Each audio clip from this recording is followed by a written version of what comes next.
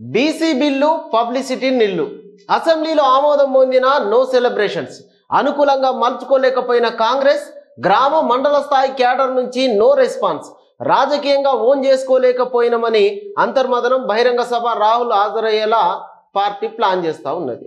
BC bill ఏళ్ల తరబడి జరుగుతున్నటువంటి బీసీలో జరుగుతున్నటువంటి అన్యాయం పైన వాళ్ళకు విద్యా, ఉద్యోగ, రాజకీయ రంగాల లోపల 42% రిజర్వేషన్ కల్పించాలని కాంగ్రెస్ పార్టీ ఆలోచన చేసిందే తడువుగా హైకోర్టు నుంచి బీసీ కమిషన్ తోటి కాకుండా ప్రత్యేక కమిషన్ తోటి ఈ కమిషన్ ఏర్పాటు చేసి బీసీల లెక్కలు తేల్చడానికి ముందుకెళ్ళింది.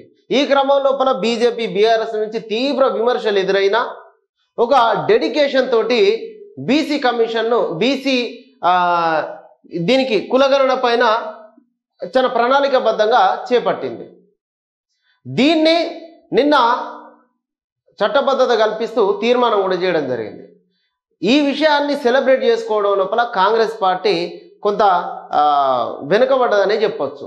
ఏదైనా చిన్న విషయం చేస్తేనే బీఆర్ఎస్ పార్టీ ఓ పెద్ద సెలబ్రేషన్ చేసేది. ఇంత పెద్ద నిర్ణయం రేవంత్ రెడ్డి తీసుకున్నాక కూడా కాంగ్రెస్ పార్టీ ఎట్లాంటి ఆడంబరాలకి పోలేదు, ఎట్లాంటి సెలబ్రేషన్స్ చేయలేదు. ఇది ఒకంత అంటే గ్రామ స్థాయిలో, మండల స్థాయిలో సెలబ్రేషన్ చేయాల్సినటువంటి పరిస్థితి అయినా కూడా ఎంత పెద్ద హంగామా కూడా చేయనటువంటి పరిస్థితి అయితే ఉన్నది.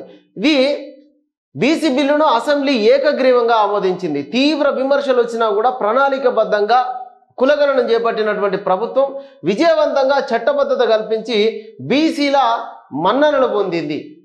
నిన్న ముఖ్యమంత్రిని కలిసి అనేక బీసీ సంఘాలు కృతజ్ఞతలు కూడా తెలియజేయడం జరిగింది. వీటన్నిటిని ఎన్నో అడ్డంకులు ఎదురైనప్పటికీ వాటన్నిటిని అధిగమిస్తూ రాష్ట్ర ప్రభుత్వం ప్రతిష్టాత్మకంగా ఈ కులగణనను చేపట్టింది. ముందుగా రాహుల్ గాంధీ రాష్ట్రాన్ని తీసుకొచ్చి ప్రత్యేక సమావేశం ఏర్పాటు చేసి ఆ తర్వాత హైకోర్టుకి వెళ్ళి ఒక ప్రత్యేక కమిషన్ తోటి బీసీ రిజర్వేషన్కు, బీసీలకు దక్కాల్సినటువంటి వాటా గురించి ఒక కమిషన్ను ఏర్పాటు చేసింది.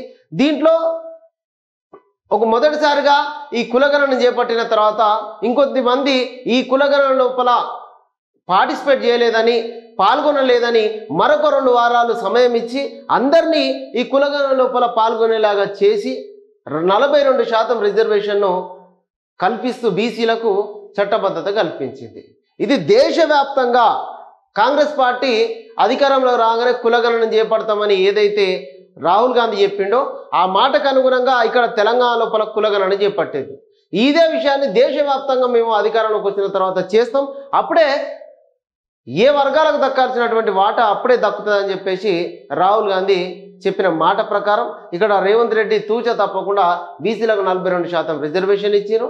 అదేవిధంగా ఢిల్లీ కేంద్రంగా ఒకవేళ దీక్ష కనుక చేపడితే నేను ముందుండి నడిపిస్తా, ఇది దేశవ్యాప్తంగా అమలు చేయాల్సినటువంటి ప్రక్రియ, అప్పుడే బీసీలకు దక్కాల్సిన వాటా దక్కుతుందని చెప్పి రేవంత్ రెడ్డి కూడా నిన్న అసెంబ్లీ సాక్షిగా చెప్పడం జరిగింది. మొత్తానికి రాజకీయంగా ఓన్ చేసుకోలేకపోయారు నిన్న కాంగ్రెస్ పార్టీ లీడర్లు. అసెంబ్లీలో ఆమోదం పొందినా కూడా ఎట్లాంటి సెలబ్రేషన్స్ చేయలేదు. ఇంకొకపోతే ఎస్సీ వర్గీకరణకు సంబంధించి ఏళ్ళుగా ఉన్నటువంటి వర్గీకరణ అంశాన్ని నిన్న అసెంబ్లీ లోపల దానికి కూడా ఓకే చేయడం జరిగింది, దానికి కూడా చట్టబద్ధత కల్పించడం జరిగింది. దానికి సంబంధించి ఇవాళ ప్రెస్ మీట్ కూడా మందకృష్ణ మాదిగా సోమాజ్ కూడా ప్రెస్ క్లబ్ లోపల ప్రెస్ మీట్ పెట్టి కృతజ్ఞత చెప్పేటువంటి అవకాశం కూడా ఉన్నది. ఇకపోతే ఎస్సీ బిల్లు పాస్ అంటూ వర్గీకరణకు ఉభయ సభల ఆమోదం. శాసనసభలో ప్రవేశపెట్టిన మంత్రి దామోదర సూచనలు సలహాలు తెలుపుతూ సభ్యుల మద్దతు. 59 కులాలు 3 గ్రూపులుగా విభజన. జనాభా లెక్కలు పూర్తి కాగానే రిజర్వేషన్ల పెంపు. 30 ఏళ్ల సుదీర్ఘ పోరాట విజయం. ప్రతిపక్షాలు మద్దతు ఇవ్వడం సంతోషం. వర్గీకరణ ఉద్యమంలో అసువులు బాసిన కుటుంబాలను ఆదుకుంటాం. ఇందిరమ్మ ఇండ్లలో వారికే మొదటి ప్రాధాన్యం. రాజీవ్ యువ వికాసంలోనూ అవకాశం. ఎస్సీ వర్గీకరణ బిల్లు చర్చలో సీఎం రేవంత్ రెడ్డి. అసెంబ్లీలో 6 కొత్త మున్సిపాలిటీల బిల్లు. కొత్తగూడెం, పాల్వంచ కలిపి కార్పొరేషన్. టిటిడి తరహాలో యాదాద్రి బోర్డు. ఇది అసెంబ్లీ బడ్జెట్ సమావేశాల్లో భాగంగా ఉభయ సభల లోపల ఎస్సీ వర్గీకరణ బిల్లు ఆమోదం పొందింది. మంత్రి దామోదర్ రాజనరసింహ ఈ బిల్లును సభలో ప్రవేశపెడితే అన్ని పార్టీల శాసనసభ సభ్యులు మద్దతు తెలపడం జరిగింది, వాళ్ళ అభిప్రాయాలను చెప్పడం జరిగింది, సలహాలు సూచనలు చేస్తున్న బిల్లులకు మద్దతు కూడా తెలిపారు. అన్ని పార్టీల సభ్యులకు సీఎం రేవంత్ రెడ్డి ధన్యవాదాలు తెలిపిండు. ఎస్సీ వర్గీకరణ కోసం 30 ఏళ్ల సుదీర్ఘ పోరాటానికి స్వస్తి పలికిననే చెప్పొచ్చు. మొత్తంగా కాంగ్రెస్ ప్రభుత్వం ఈ పోరాటానికి విజయాన్ని చేకూర్చిందనే అటువంటి విషయాన్ని స్పష్టం చేయవచ్చు. రేవంత్ రెడ్డి నిన్న మాట్లాడుతూ సుప్రీంకోర్టు తీర్పు మేరకే ఎస్సీ వర్గీకరణ రాష్ట్రాలు ఇష్టమని, జనాభా, అక్షరాస్యత, వృత్తులు, ఉద్యోగాల ఆధారంగా వర్గీకరణ చేసుకోవచ్చని సుప్రీంకోర్టు చెప్పిందని రేవంత్ రెడ్డి సందర్భంగా గుర్తు చేశారు. సుప్రీంకోర్టు తీర్పు వచ్చిన వెంటనే అదే రోజు అసెంబ్లీలో మేము 100% ఎస్సీ వర్గీకరణ కట్టుబడి ఉన్నట్లుగా ప్రకటించినామన్నారు. ఎస్, ఇది ఎగ్జాక్ట్లీ సుప్రీంకోర్టు తీర్పు వచ్చిన రోజే శాసనసభ లోపల రేవంత్ రెడ్డి మేము కూడా కట్టుబడి ఉన్నామని చెప్పారు. దానికి అనుగుణంగానే వర్గీకరణకు సంబంధించి ఆ బిల్లును కూడా ప్రవేశపెట్టి మద్దతు కూడా తీర్మానం కూడా ఓకే చేయడం జరిగింది రేవంత్ రెడ్డి. ఇదైతే 30 ఏళ్ల కళ, దళితులకు ముందు నుంచే ప్రయారిటీ కాంగ్రెస్ పార్టీ ఇచ్చిందంటూ కూడా ఒక విషయాన్ని గుర్తు చేయడం జరిగింది. ఇక సర్వేను తప్పుపడితే బీసీలకే నష్టం, అభినందనలు రాహుల్కు చెప్పాలి, 10 లక్షల మందితో కృతజ్ఞత సభ పెట్టండి సీఎం. రేవంత్కు కృతజ్ఞతలు తెలిపిన బీసీ సంఘాల నేతలు. నేడు బడ్జెట్ దాదాపుగా 3 లక్షల కోట్లు, వాస్తవిక అంచనాలతో రూపకల్పన, కాంగ్రెస్ తొలి పూర్తి స్థాయి పద్దు అసెంబ్లీలో ప్రవేశపెట్టనున్న డిప్యూటీ సీఎం భట్టి, మండలిలో మంత్రి Sridhar Babu. Future city, metro విస్తరణ, గ్యారంటీలు, ఇంటిగ్రేటెడ్ స్కూల్స్ పైన ఫోకస్. నేడు ఉదయం కేబినెట్ భేటీ, బడ్జెట్కు ఆమోదం. ప్రభుత్వం నేడు అసెంబ్లీలో బడ్జెట్ను ప్రవేశపెట్టనున్నది. 2025-26 ఆర్థిక సంవత్సరానికి సంబంధించి సుమారుగా 3 లక్షల కోట్లకు అటు ఇటుగా బడ్జెట్ను ప్రతిపాదనకు సిద్ధం చేసింది. మొట్టమొదటిసారిగా పూర్తి స్థాయి బడ్జెట్ను కాంగ్రెస్ పార్టీ ఇవాళ సభ లోపల ప్రవేశపెట్టనున్నది బట్టి విక్రమార్క. మండలి లోపల మంత్రి శ్రీధర్ బాబు ప్రవేశపెట్టనున్నాడు. పూర్తిగా 6 గ్యారంటీలకు సంబంధించి, అదేవిధంగా స్కూల్స్కు సంబంధించి, ఫ్యూచర్ సిటీ, అదేవిధంగా మెట్రోకు విస్తరణకు సంబంధించినటువంటి అంశాలు ప్రధానంగా తీసుకొని వాటిపైనే బడ్జెట్ని ఎక్కువ కేటాయించేటువంటి అవకాశం ఉన్నట్టుగా కూడా తెలుస్తూ ఉన్నది. ఇక భూమిపైకి సునీత విలియమ్స్, విల్మోర్ సైతం స్పేస్ ఎక్స్ క్రూ డ్రాగన్లో తిరుగు ప్రయాణం. నేడు తెల్లవారుజామున 3:27 గంటలకి ఫ్లోరిడా తీరంలో ల్యాండింగ్ అయింది. నిజంగా అంటే దాదాపుగా 8 రోజుల కోసం అని వెళ్ళి దాదాపుగా 9 నెలలు అక్కడే ఉండి వచ్చారు. మొత్తానికి సేఫ్గానైతే పొద్దున్నే ల్యాండ్ అయిపోయారు. Betting apps ED entry, promote చేసిన 11 మంది పైన ఫోకస్, ఆర్థిక లావాదేవీలపైన ఆరా తీసే ఛాన్స్. ఇప్పటికే ప్రాథమిక కసరత్తు పూర్తి. దీని బెట్టింగ్ యాప్స్ ప్రమోట్ చేస్తూ 50,000, 1,00,000, కోటి రూపాయల దాకా తీసుకున్నటువంటి వాళ్ళు ఉన్నారు. 1,00,00,000, 1,50,000 దాకా ఈ యాప్ల ద్వారా సంపాదించుకున్నారు. దాంట్లో ఈడీ ఎంట్రీ అయింది, వాళ్ళ లావాదేవీలు అయింది, మొత్తం కూడా ఎట్లా చేసిరు అనేటువంటి వాటిపైన పూర్తిగా ఫోకస్ పెట్టి వీళ్ళని ఇప్పటికే 11 మందిని విచారణకు పిలిచిర్రు. పంజాగుట్ట పోలీస్ స్టేషన్ లోపల నష్టపోయినటువంటి ఒక బాధితుడు కేసు పెట్టడం జరిగింది. యాప్లో కేవలం లక్ బేస్డ్గానే ఉంటుంది. సిస్టమ్ ఆడుతున్న సిస్టమ్ రన్ చేస్తున్నటువంటి ఈ యాప్ లోపల సిస్టమ్ను మించి మన మేధస్సు అయితే పనిచేయదు. కాబట్టి ఖచ్చితంగా ఏదో 1-2 సార్లు ఇచ్చినట్టు ఇచ్చి మిగతా అన్ని సందర్భాల లోపల డబ్బులు మరి తీసుకుంటూనే ఉంటారు. ఈ యాప్లతోటి నష్టపోయి మొత్తంగా డబ్బులు నష్టపోయి కుటుంబమే ఉరేసుకొని చనిపోయినటువంటి పరిస్థితులు చాలా ఉన్నాయి. పేపర్లలో చూసినాం, వీడియోలలో చూసినాం.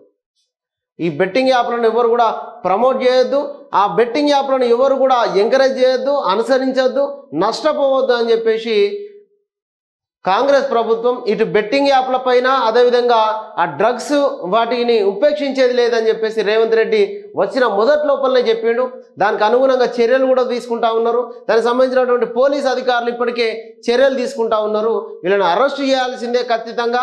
చాలామంది వీళ్ళ ఫాలోవర్లు ఒకటి ఇన్ఫ్లుయెన్సర్ అని చెప్పేసి యూట్యూబర్ అవతారం ఎత్తి ఇన్ఫ్లుయెన్సర్లుగా అవతారం ఎత్తిన తర్వాత చాలామంది యువత ఇక వీళ్ళే మనకు మార్గదర్శకం అని చెప్పేసి వీళ్ళని ఫాలో అవ్వడు, వీళ్ళని చేసి వీళ్ళు ఏది చెప్తే అది గుడ్డిగా నమ్ముడు, దాంతో మొత్తం నష్టపోవుడు. ఆ తర్వాత తల్లిదండ్రులు మందలిస్తారు అనే అటువంటి ఒక బాధ లోపల వాళ్ళకు వాళ్ళు అఘాయిత్యం చేసుకోవడం, కొద్దిమంది చనిపోవడం, కొద్దిమంది రోడ్డున పాలవ్వడం, కొద్దిమంది ఇంట్లో నుంచి నెట్టేయబడడం, ఇదంతా జరుగుతూ ఉన్నది కేవలం బెట్టింగ్ యాప్ల వల్ల. ఈ జూదం అనేది ఎప్పటికీ కూడా మంచిది కాదు, ఖచ్చితంగా నష్టపోతారు. ఇప్పుడు వాళ్ళు ఎవరైతే చెప్పారో దాదాపుగా 11 మంది యూట్యూబర్లు ఎవరైతే ఉన్నారో, టీవీ ఆర్టిస్టులు ఎవరైతే ఉన్నారో వాళ్ళను అరెస్ట్ చేసేటువంటి అవకాశం ఉన్నది, వాళ్ళకి జైలు శిక్ష కూడా పడేటువంటి అవకాశం ఉన్నది. ఈ ఆర్థిక లావాదేవీల పైన ఆరా తీసేటువంటి ఛాన్స్ కూడా ఉన్నది. ఇప్పటికే ప్రాథమిక కసరత్తు కూడా పూర్తయింది. ఇక ఆధార్తో ఓటర్ ఐడి లింక్, ఎన్నికల సంఘం కసరత్తు, కేంద్ర హోంశాఖ, న్యాయ మంత్రిత్వ శాఖ, UIDAI ప్రతినిధులతో సమావేశం. రాజ్యాంగం, సుప్రీంకోర్టు సూచనల ప్రకారం ప్రక్రియ. ఈసీ ఆధార్ కార్డుతో ఓటర్ ఐడిని అనుసంధానం చేసేందుకు ఎన్నికల సంఘం కసరత్తు చేస్తున్నది. దీనిపైన కేంద్ర హోంశాఖ, న్యాయ మంత్రిత్వ శాఖ, UIDAI ప్రతినిధులతోటి మంగళవారం సమావేశమైంది. దీనిపైన నిపుణుల అభిప్రాయం సైతం తీసుకున్నట్టుగా ఈసీ వెల్లడించింది. పిటిషనర్కు ₹1 జరిమానా. ప్రభుత్వ భూముల కబ్జా విషయంలో కోర్టును తప్పుదోవ పట్టించినందుకు హైకోర్టు జస్టిస్ భీంపాక నగేష్ సంచలన తీర్పు. కోర్టును మిస్లీడ్ చేసే వారికి ఇది ఓ గుణపాఠం. నిజంగానే మొత్తం పిటిషన్లు వేసుడు, దాంట్లో కోర్టు టైంను వృధా చేసుడు, ఇదంతా జరుగుతున్నప్పుడు ప్రభుత్వ భూముల కబ్జా విషయం లోపల కోర్టును తప్పుదోవ పట్టించినందుకు ఒక వ్యక్తికి ₹1 జరిమానా వేసారట పిటిషనర్కి. రేపో మాపో బీజేపీకి కొత్త చీఫ్. ఇప్పటికే హైకమాండ్ కసరత్తు పూర్తి, ఓ సీనియర్ నేత పేరు ఫైనల్. ఎమ్మెల్సీ ఎన్నికల్లో గెలుపుతో పార్టీకి మరింత బూస్ట్. ఈ అసెంబ్లీకి వెళ్లకుంటే ఫామ్ హౌస్ ముట్టడి, మీరు సృష్టించిన సమస్యలను మీరే పరిష్కరించాలి. కేసీఆర్కు మల్లన్న సాగర్ యువకుల హెచ్చరిక, నిర్వాసితుల సమస్యలు ప్రస్తావించాలని డిమాండ్. ఇది ఇక మల్లన్న సాగర్ ప్రాజెక్టు పేరుతోటి ఊర్లే కొట్టుకుపోయారు. ఊర్లే ఖాళీ చేయించినటువంటి బీఆర్ఎస్ పార్టీ ఇప్పుడు ఈ నిర్వాసితుల సమస్యలను అసెంబ్లీ లోపల ప్రస్తావించి మాకు సరైన నష్టపరిహారం అందించాలి, దానికి ఇక్కడ ఉన్నటువంటి శాసనసభ్యులు మాజీ ముఖ్యమంత్రి కేసీఆర్ వెళ్ళి సభ లోపల మా సమస్యలు ప్రస్తావించాలని చెప్పేసి వాళ్ళందరూ కూడా కేసీఆర్కు ఒక లెటర్ రాసి హెచ్చరిక జారీ చేశారు. మీరు సృష్టించినటువంటి సమస్యలను మీరే పరిష్కరించాలి అని చెప్పి లెటర్ రాశారు. బీఆర్ఎస్ ఎమ్మెల్యే సుధీర్ రెడ్డి పైన అట్రాసిటీ కేసు ఎల్బీ నగర్ పిఎస్లో నమోదు. హస్తినాపురం కార్పొరేటరు బానోతు సుజాత ఫిర్యాదు మేరకు. ఇది ఈయన మొన్న నోరు జారండిగా అక్కడ మధుయాష్కి గౌడ్ తోటి బీజేపీ కార్పొరేటర్లు అంటగాగుతూ ఉన్నారని చెప్పేసి ఒక నోరు జారండి. దానిపైన అక్కడ ఉన్నటువంటి బీజేపీ కార్పొరేటర్లు కేసు ఫైల్ చేసి అట్రాసిటీ కేసు. కాల్పుల విరమణకు పుతిన్ ఓకే, ఉక్రెయిన్ ఇంధన వనరులపైన దాడులు ఆపాలి, 30 రోజుల పాటు వాటిని లక్ష్యంగా చేసుకోవద్దు ట్రంప్. అమెరికా అధ్యక్షుడి ప్రతిపాదనకు రష్యా ప్రెసిడెంట్ అంగీకారం. ధృవీకరించిన వైట్ హౌస్, క్రెమ్లిన్. గాజా పైన ఇజ్రాయెల్ భీకర దాడి, 413 మంది మృతి. Hamas police internal security services head Mohammed Abu Watfa మృతి, వెల్లడించిన గాజా సివిల్ డిఫెన్స్ ఏజెన్సీ. కాల్పుల విరమణకు ఓకే. ఇక కొత్తగా 50,000 కోట్ల అప్పు. టీజీఐఐసి, హెచ్ఎండిఏ, జిహెచ్ఎంసి ఆస్తులు తనఖా పెట్టేందుకు సర్కారు ప్రయత్నం. అడిగే ప్రశ్నలకు సమాధానాలు లేకనే మా గొంతు నొక్కే కుట్ర. 0 అవర్ పెట్టకపోయినా క్వశ్చన్ అవర్ పెట్టాల్సిందే. సిద్దిపేట ఎమ్మెల్యే హరీష్ రావు. కాంగ్రెస్ ప్రభుత్వం మరో 50,000 కోట్ల అప్పు చేసేందుకు రెడీ అయిందని, ఇందుకు టీజీఐఐసి, హెచ్ఎండిఏ ఆస్తులను తాకట్టు పెడుతున్నదని మాజీ మంత్రి సిద్దిపేట ఎమ్మెల్యే హరీష్ రావు ఆరోపించారు. మంగళవారం అసెంబ్లీ లాబీలో ఆయన మీడియాతో చిట్చాట్ నిర్వహించారు. హెచ్ఎండిఏ భూములు తాకట్టు పెట్టి 20,000 కోట్లు, టీజీఐఐసి ద్వారా 10,000 కోట్లు, హెచ్ఎన్డబ్ల్యూఎస్ ద్వారా 10,000 కోట్లు, జిహెచ్ఎంసి ఆస్తులను తాకట్టు పెట్టి 10,000 కోట్లు అప్పులు తెచ్చేందుకు సిద్ధమైందన్నారు. అందుకే కీలకమైన ప్రశ్నోత్తరాలు ఉన్నాయని వాటికి సమాధానం చెప్పలేక రద్దు చేసుకుందని ఆరోపించారు. మేము అడిగే ప్రశ్నలకు సమాధానం చెప్పలేక తమ గొంతు నొక్కే ప్రయత్నం చేస్తున్నదని ఎవరైనా హరీష్ రావు చెప్పుకొచ్చిండు.